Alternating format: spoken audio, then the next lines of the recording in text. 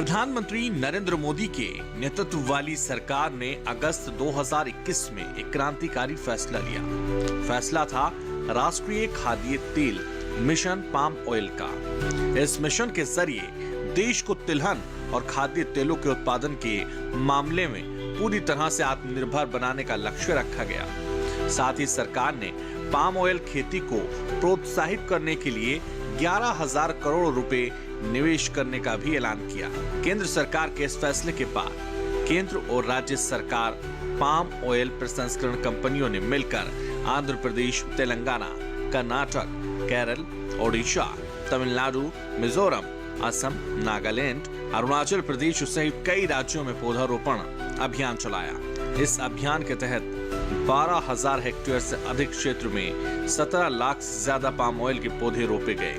नतीजा ये हुआ कि अब इन राज्यों में पाम ऑयल की खेती कई गुना बढ़ चुकी है। न सिर्फ ताड़ की खेती का दायरा बढ़ा है, बल्कि ये खेती बढ़िया फल फूल रही है, जिससे हमारे किसान इस खेती से मोटा मुनाफा कमा रहे हैं।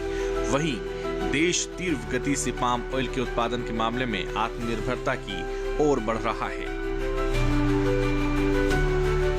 किसान यात्रा के पिछले 2 अंक में हमने कर्नाटक और तेलंगाना के किसानों की कहानी दिखाई कि कैसे सरकार की मदद से पाम ऑयल की खेती कर हमारे अन्नदाता विकास की नई इबारत लिख रहे हैं। आज बात अरुणाचल प्रदेश के ताड़ के तेल की खेती करने वाले किसानों की।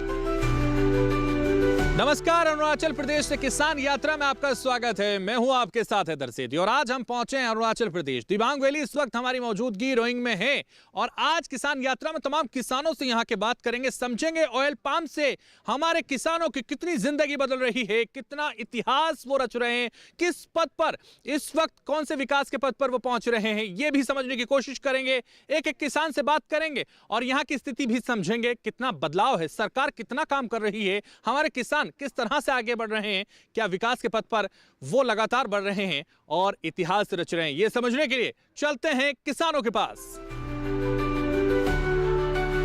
ताड़ के पौधे एक नम उष्णकटिबंधीय फसल है। इसकी खेती के लिए 22 से 24 डिग्री सेल्सियस तापमान बेहद जरूरी है। साथ ही इसकी फसल को हर रोज कम से कम 5 से 6 घंटे तेज धूप और 80% आर्द्रता की आवश्यकता होती है। इस लिहाज से अरुणाचल प्रदेश की मिट्टी और यहाँ का वातावरण ताड़ के पौधे के लिए अनुकूल है। अनुकूल वातावरण होने की वजह से राज्य के अन्नदाता करीब 1.5 दशक पहले ही ताड़ की खेती की शुरुआत कर चुके थे, लेकिन मार्केट, तकनीक ज्ञान का अभाव और ज्यादा खर्च की वजह से इस क्षेत्र में आगे नहीं बढ़ सके। जब से केंद्र की नरेंद्र मोदी सरकार ने राष्ट्रीय खाद्य तेल मिशन पाम ऑयल की घोषणा की, उसके बाद पाम ऑयल किसानों की संख्या तेजी से बढ़ने लगी। हो भी क्यों ना, इस खेती के लिए आने वाले करीब 90% खर्च को सरकार वहन करती है।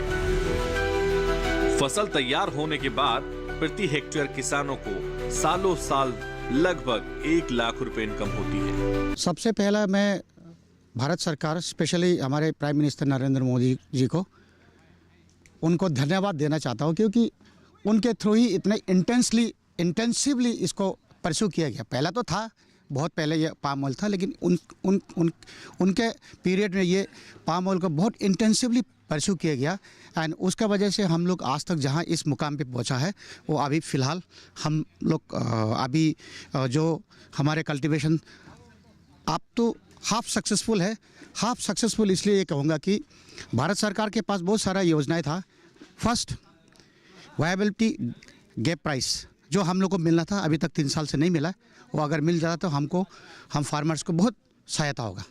और दूसरा है, हम और सक्सेसफुल तब होगा जब कंपनी ने जो प्रॉमिस किया था कलेक्शन सेंटर इसलिए ज़रूरी है कि अगर हम एक छोटा सा एक क्विंटल प्रोड्यूस करेगा तो मेरा एक ट्रैक्टर में नहीं जाता है, मेरा एक गाड़ी में नहीं जाता, तो वो किसान को क्या करेगा?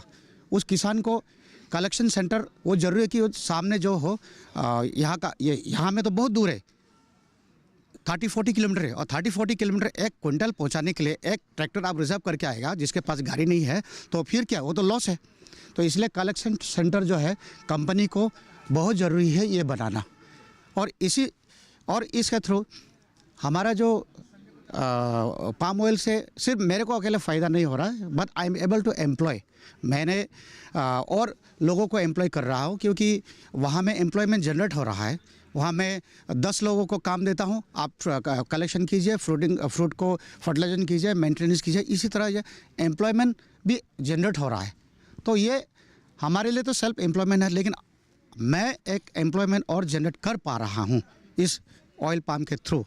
And there is a positive thing if the government follows the procedure, if the government gives the whatever the subsidy in time, जैसे कि वायबिलिटी गैप प्राइस। एंड अभी जो है सब्सिडी तो हमको बहुत मिल रहा है गवर्नमेंट के थ्रू, लेकिन I think there are some certain issues ना, viability gap price and collection centre.